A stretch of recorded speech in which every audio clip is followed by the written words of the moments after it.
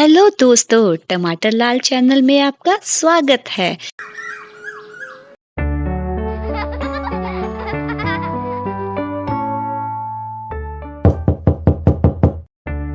May I come in sir? Please come Neha. Sir, मुझे आपने बुलाया? सब ठीक तो है ना? मैं क्लास ले रही थी और बीच में अचानक से। नेहा, तुम बहुत ही होनहार शिक्षक हो और मुझे तुम पे नाज है। तुम्हें स्कूल से खोना किसी भी स्कूल के लिए बहुत खेद की बात है। मैं कुछ समझी नहीं सर। सब ठीक तो है ना? नहीं नेहा, नेताजी की भांजी का यहाँ इस स्कूल में तबादला हो गया है और उसके कारण तुम्हारा तबादला करने के ऑर्डर आ गए हैं। सर, कैसी बातें कर रहे हैं आप? ये तो गलत है। मैं इस स्कूल को कितना आगे लेकर आई हूँ। मेरी क्लास के सब बच्चे बहुत अच्छे मार्क्स लेकर आते हैं, फिर भी। ये मेरे स्कूल की बदकिस्मती है Neha. I am so sorry. It's okay sir. Thank you sir. All the best Neha. ये लो तुम्हारा ट्रांसफर लेटर। तुम्हें मुझपुर गांव जिला मिर्जापुर में तबादला मिला है। ठीक है सर, थैंक यू। मैं चलती हूँ।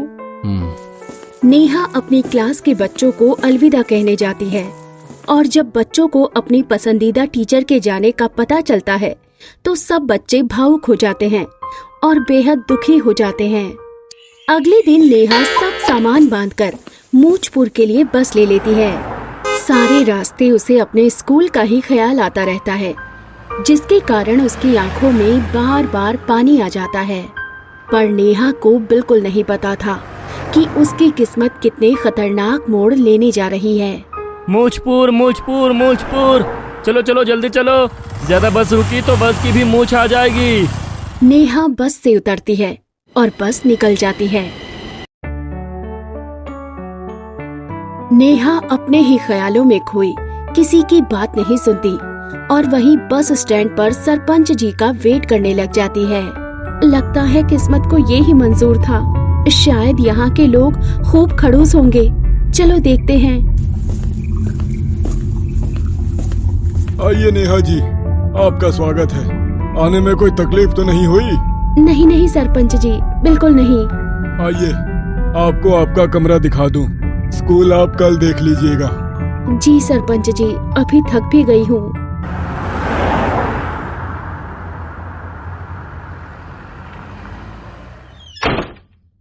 अगले दिन सुबह होती है और नेहा सुबह की सैर करने निकलती है। गांव का स्वच्छ वातावरण उसे अच्छा लगने लगता है और वो पक्षियों की चहचहाने की आवाज, नदी के पानी की आवाज में जैसे सुकून पाती हुई खो जाती है। अचानक कुछ औरतें लंबे लंबे घूंघट ओढ़े नदी पर पानी भरने आती हैं। उनके साथ उनके बच्चे होते हैं। पर ये क्या, इतने छोटे छोटे बच्चों ने मूछें क्यों लगा रखी हैं? नेहा को जैसे काफी अरसे बाद हंसी आ जाती है। लगता है यहाँ के स्कूल में काफी थिएटर होता है और बच्चे भी खूब किरदार निभाते हैं। अचानक एक महिला का घूंघट गिर जाता है और उसका चेहरा दिखने लग जाता है। हे राम, ये क्या? इस औरत की भी मूंछ है। नेहा को चिल्लाते सुन बाकी औरतें भी घूंघट हटा लेती हैं। हे राम, ये कहाँ आ गई मैं? ये कैसा गांव है? यहाँ तो सबकी डराने वाली मूंछें हैं। मुझे तो बहुत डर लग रहा है। मैं अभी वापस जाती हूँ। नेहा को भागकर घर जाते सरपंच देख लेता है। उसे अनुमान हो जाता है कि टीचर जी गांव के रहस्य से डर गई हैं। टीचर जी को सच बताना होगा, वरना मेरे गांव का भविष्य खराब हो सकता है।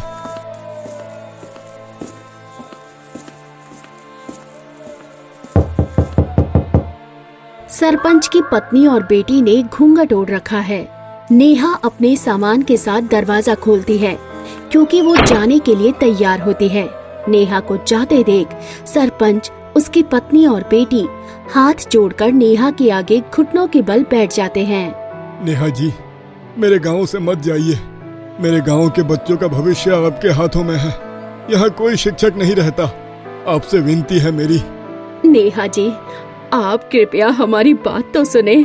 फिर आप जो कहेंगी हम मान लेंगे। आपको जाने से नहीं रोकेंगे। आपका फैसला हमारा फैसला होगा, पर हमारी बात सुन लीजिए। हम खुद इस सब से बहुत परेशान हैं और अत्यंत दुखी भी। It's my humble request. Neha sarpanch के परिवार की बात सुनकर थोड़ा सोच में पड़ जाती है और खुद को संभालती है। गहरी सांस लेते हुए वो अपना सामान साइड में रख देती है। ठीक है सरपंच जी, आइए अंदर आइए, मुझसे जो बन पड़ेगा मैं करूंगी। आइए अंदर आइए। नेहा जी, आपको सच पहले ही बता देना चाहिए था, पर शायद अब वक्त आ गया है सच बताने का। सरपंच अपनी पत्नी और बेटी को इशारा करता है और वो घूंघट हटा लेती हैं। उनके चेहरे देखकर नेहा बहुत डर जाती है और चीख उठती है। सरपंच की पत्नी और उसकी बेटी के भी मूछें होती हैं, जो नेहा को डराने के लिए काफी होती हैं। नहीं, दूर हटो मुझसे, मुझे कोई यहाँ से निकालो, मुझे कुछ नहीं सुनना। उसकी चीख सुनकर सरपंच की बेटी रो पड़ती है और उसे रोता देख सरपंच और उसकी पत्नी भी रोने लग जाते हैं। आप जा सकती हैं, हमें आपका फैसला मंजूर है। सरपंच अपनी पगड़ी नेहा के पैरों में रखकर उससे भीख मांगते हुए उनकी बात सुनने की प्रार्थना करता है। नेहा जी, हम भी इंसान ही हैं, कोई भूत या राक्षस नहीं है और अपनी गलती सुधारना चाहते हैं। कृपया हमारी बात सुन लो, हमें सच में आपकी मदद चाहिए। नेहा को उन पर दया आ जाती है और वो डरते हुए कहती है, सरपंच जी बोलिए, क्या कहना चाहते हैं? सरपंच ने लंबी सांस लेते हुए कहना शुरू किया। ये कहानी बहुत पुरानी है। इस गांव पर एक श्राप है। पहले ऐसा नहीं था, सब कुछ सामान्य था। हम सब लोगों के पूर्वज इस गांव में बहुत खुशी और प्यार से रहते थे। बहुत साल पहले हमारे पूर्व सरपंच ने ये स्कूल खोलकर गांव के लिए एक नेक काम की शुरुआत की। गांव वालों, आज से हमारे गांव की मूंछ हमेशा के लिए ऊपर हो गई है, क्योंकि गांव में आप सबके सहयोग से स्कूल का शुभारंभ हुआ है। आप सब अपने बच्चों को स्कूल भेजो और गांव की तरक्की में योगदान दो। हमें अपने गांव को आदर्श गांव का दर्जा दिलाना है और ये सब आपके सहयोग के बिना संभव नहीं। शिक्षा हर बच्चे का अधिकार होना चाहिए।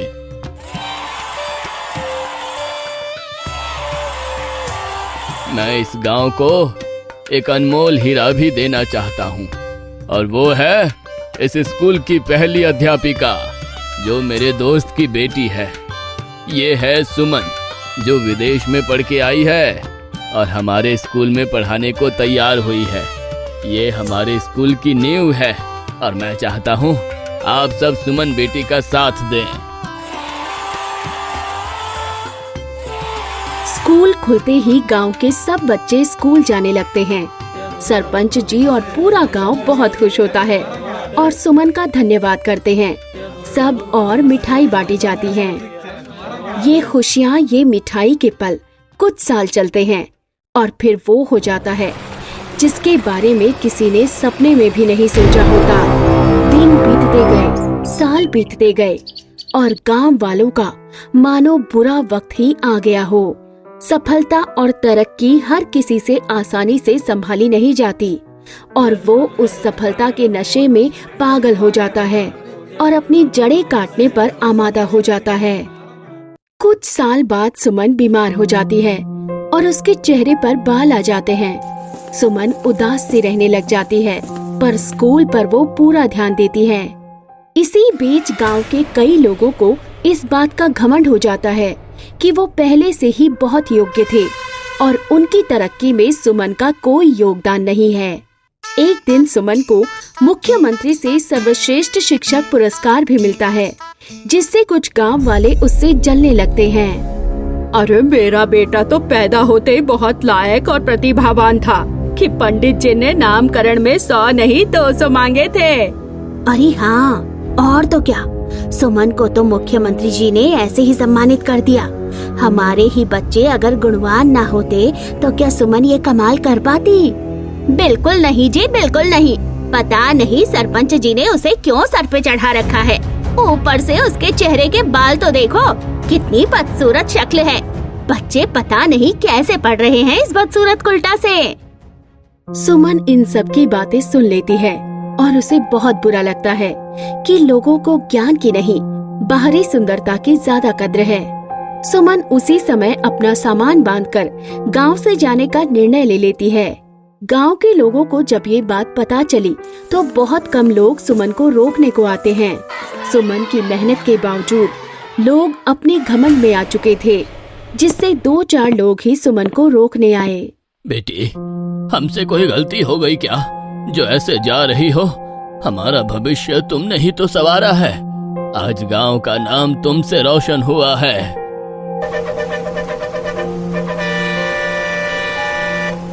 धन्यवाद जो आप लोग आए। मैं आपके साथ के बिना ये सब नहीं कर पाती, पर अब मुझे कुछ आराम चाहिए।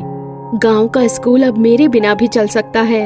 मैं विदेश जा रही हूँ क्योंकि मुझे वहाँ जॉब मिल गई है। आप सबका धन्यवाद। मैं अब चलती हूँ।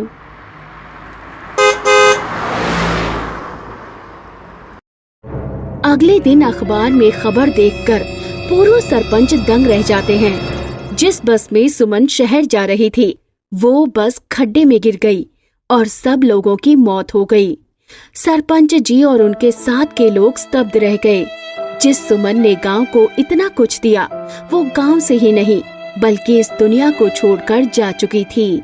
सरपंच जी इस बात से इतना दुखी हुए कि वो बीमार रहने लग गए। अपनी हालत बिगड़ती देखकर उन्होंने गांव वालों को पंचायत में आने का निमंत्रण दिया। गांव वालों, मैंने अपनी सरपंची में आपकी और गांव की सेवा में कोई कसर नहीं छोड़ी, पर फिर भी मेरे से कोई गलती हो गई हो तो मुझे माफ करना। मुझे लगता है मेरा समय आ गया है और अब मैं सरपंच होने के नाते अपना आखिरी फैसला सुनाकर इस दुनिया से जाना चाहता हूँ। सरपंच का फर्ज है न्याय करना और मैं आप सबसे ये कहना चाहता हूँ कि सुमन बिटिया के गांव से जाने और शायद इस दुनिया से जाने का कारण हम सब गांव वाले हैं। उसकी इतनी मेहनत के बावजूद हमने उसे बालों वाली कहकर उसे बहुत तंग किया, उसका दिल भी दुखाया। यह शरीर भगवान की देन है और इसमें बाहरी सुंदरता से ज्यादा हृदय की सुंदरता ज्यादा महत्वपूर्ण है, पर हमने उसके चेहरे के बालों और बाहरी सुंदरता पर ज्यादा ध्यान दिया और जिसका नतीजा है आज वो हमारे बीच ही नहीं बल्कि इस दुनिया में भी नहीं है। अब मेरा फैसला ये है कि हम सबको इसकी सजा मिले। हम सबको जो अपनी मूंछ ऊपर रख कर रहने का शौक है और जिस अकड़ में हम इंसानों को इंसान नहीं समझते वो मूंछ हम सबके चेहरे को बिगाड़ देगी। स्त्री पुरुष बच्चे बूढ़े के चेहरे पर मूंछें आ जाएंगी। हमारी मूंछ हमारी शान होती है, पर अब यही हमारे लिए श्राप सिद्ध होगी। सरपंच जी, ऐसा मत कहिए, हम लुट जाएंगे। हमारा भविष्य अंधकार में चला जाएगा, दुनिया हम पर हंसेगी। नहीं नहीं सरपंच जी, हमें माफ कर दीजिए, ऐसा दंड मत दीजिए। ये श्राप तुम लोगों ने कमाया है, मैंने दिया नहीं है। तुम सब मेरे अपने हो, पर सरपंच के पद का मान मुझे न्याय करने की आज्ञा देता है। सरपंच जी, इतनी बड़ी सजा मत दीजिए। कम से कम ये तो बता दीजिए कि श्राप से हमें मुक्ति कब मिलेगी। ये तो मुझे भी नहीं पता कि कब हम सबके कर्मों का भुगतान होगा। उसी समय सब गांव वालों के चेहरे पर बाल आने लगते हैं, चाहे वो स्त्री हो या पुरुष। सब लोग चिल्लाने लग जाते हैं और रोने लग जाते हैं। ये है हमारे कर्मों की गाथा नेहा जी। इस सब ने हमारे गांव को दुनिया भर में बदनाम कर दिया है और दुनिया हमें जंगली समझ लेती है। पर मैं आपकी इसमें क्या मदद कर सकती हूँ? इस श्राप से मुक्ति हमें तभी मिलेगी जब हमारे गांव के बच्चे फिर से अच्छी शिक्षा लेकर देश में अव्वल आए। ये ही हमारे पूर्व सरपंच जी का सपना था। ये बात मुझे एक साधु बाबा ने बताई थी। उन्होंने कहा था कि गांव में अच्छी शिक्षा और अच्छे शिक्षक का प्रबंध करो, जिससे गांव की नई पीढ़ी सही रास्ते पे चले और खूब तरक्की करे। तभी इस श्राप से मुक्ति मिल सकती है मोजपुर को। बस दोबारा किसी भी चीज का घमंड मत करना और बाहरी खूबसूरती से ज्यादा दिल की, आत्मा की खूबसूरती पे ध्यान देना। सब गांव वाले भी इस श्राप से मुक्त होना चाहते हैं। आप बहुत अच्छी अध्यापिका हैं और आपके पहले कोई भी अध्यापक यहाँ आना नहीं चाहता था। आप आई तो हम सबके मन में एक आशा की किरण जाग उठी। आपसे विनती है कि हमारी मदद करें। ठीक है, मैं पूरी कोशिश करूंगी। आप चिंता ना करें। बस गांव वालों को समझाएं कि बाहरी सुंदरता पर नहीं, इंसानियत पर ध्यान दें। गांव वाले इस बात को भली भांति समझ चुके हैं, क्योंकि अब गांव में कोई खूबसूरत नहीं है, सब बदसूरत ही हैं। ठीक है, शायद मुझे भी जिंदगी का एक लक्ष्य मिल गया है। मैं यहाँ आने पर बहुत दुखी हुई थी, पर मैं आप लोगों का साथ जरूर दूंगी।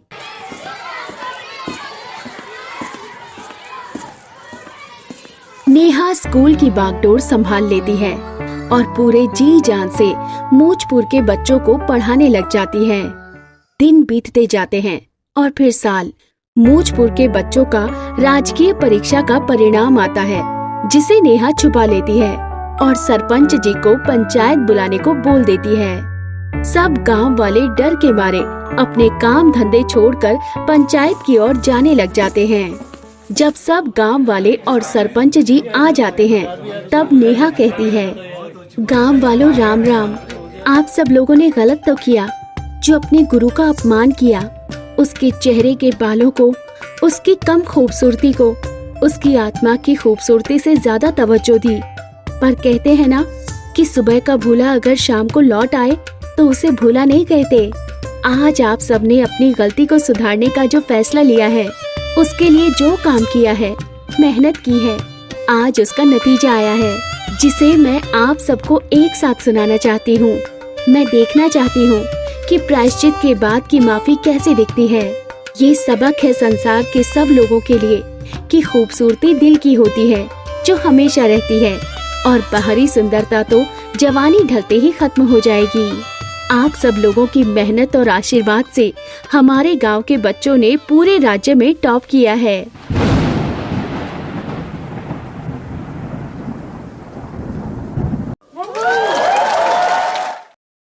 आप सबने ये मुमकिन कर दिखाया है कि इंसान चाहे तो अपनी बड़ी से बड़ी गलती को भी प्रायश्चित से ठीक कर सकता है। आपने हमारे पूर्व सरपंच जी के सपने को साकार कर दिखाया है और हमारे इस समय के सरपंच जी को भी मैं धन्यवाद करती हूँ, जो आपके लिए हर पल कोशिश करते रहे कि मेरे गांव वालों पर से श्राप हट जाए। मोजपुर के वासियों, तुम लोग अब श्राप से मुक्त हो। पर याद रखना, किसी भी इंसान के दिल को ठेस पहुंचाई या उसके रंग सूरत से उसका अपमान किया तो ये श्राप फिर से तुम्हें तंग करेगा।